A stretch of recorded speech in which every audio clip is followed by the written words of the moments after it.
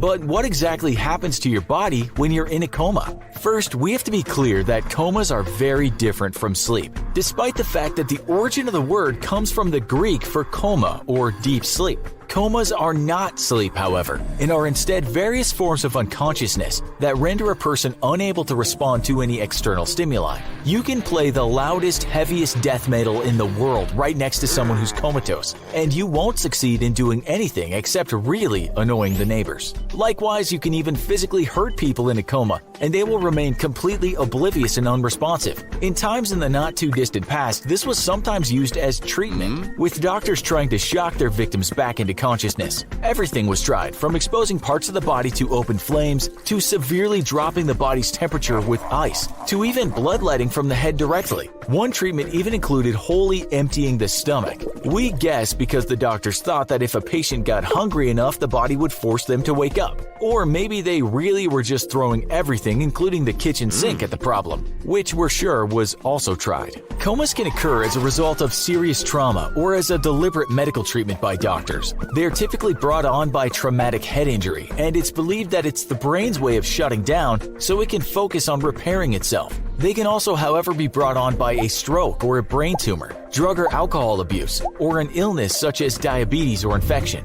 Most of the time, a coma only lasts a few weeks though, but past this period, the patient can enter a persistent vegetative state that severely lessens their chance of ever coming back out of one.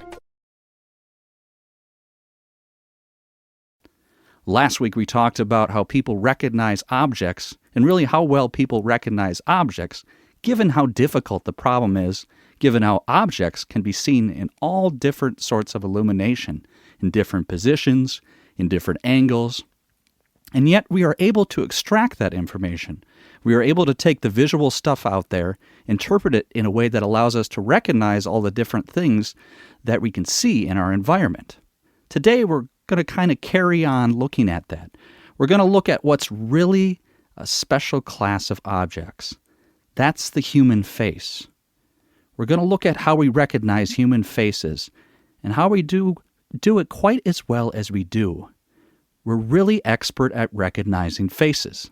So again, we can think about how do we take that visual information and how do we transfer it into a form which allows us to put a name to a face and to do all the other clever things we can do with faces.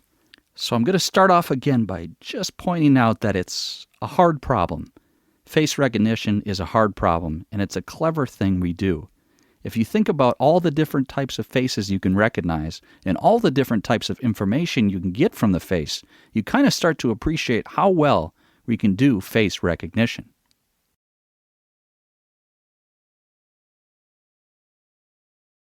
While a written word might have multiple definitions, we can usually determine its intended meaning through context. In speech, however, a word can take on additional layers of meaning. Tone of voice, the relationship between speakers, and expectations of where a conversation will go can imbue even words that seem like filler with vital information. This is where and come in, or and m, tuota and eto and ano. Linguists call these filled pauses, which are a kind of hesitation phenomenon. And these seemingly insignificant interruptions are actually quite meaningful in spoken communication. For example, while a silent pause might be interpreted as a sign for others to start speaking, a filled pause can signal that you're not finished yet. Hesitation phenomena can buy time for your speech to catch up with your thoughts, or to fish out the right word for a situation. And they don't just benefit the speaker. A filled pause lets your listeners know an important word is on the way.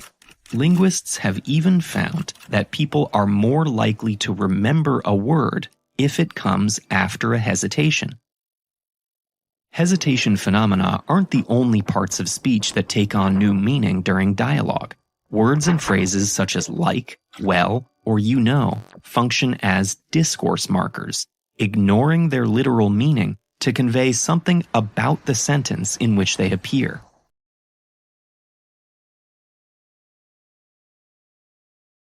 Why can't we transplant brains? First of all, we should look at what the brain actually does. This thing inside our skulls that weighs on average about 3.3 pounds is larger in humans than any other vertebrae when compared to body weight. That's why we are so brainy. The busy brain is our command center for our nervous system, which takes in data from our body and gives directions to our muscles. In fact, it does so much work, it requires about 20% of our energy to run it. When we are brain dead, we no longer have any neurological activity. With the help of machines, we can be kept alive for a short time, but within a week, the body will not be able to function. While we may still be alive in some sense for that week, we are technically dead when the brain is dead. Some good news is that during the time we are kept alive, some of our other organs can be donated. But why can't we accept someone else's brain? When we transplant something such as a heart, surgeons use a mechanical pump to keep blood flowing through the body while the new heart is being put in. The new heart is then connected to the major blood vessels, and this might take several hours. You'll stay in the hospital for 1 to 2 weeks, and if your body doesn't reject its new heart, it's said 87 out of 100 people make it through the year, and 60 out of 100 get through another decade.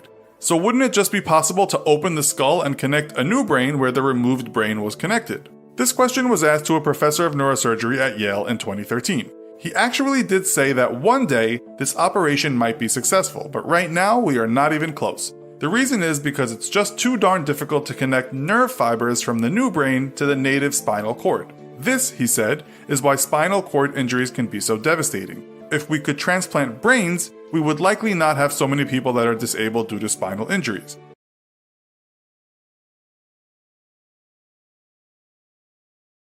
Take a look outside a window. What is the season where you are? How do you know? Most likely, you looked at a tree or plant and noticed details about its leaves and assessed the qualities of sunlight streaming outside. Observing the timing of biological events in relation to changes in season and climate is called phenology. When you notice the daffodil buds are poking through the snow and think spring is on its way, you're using phenology.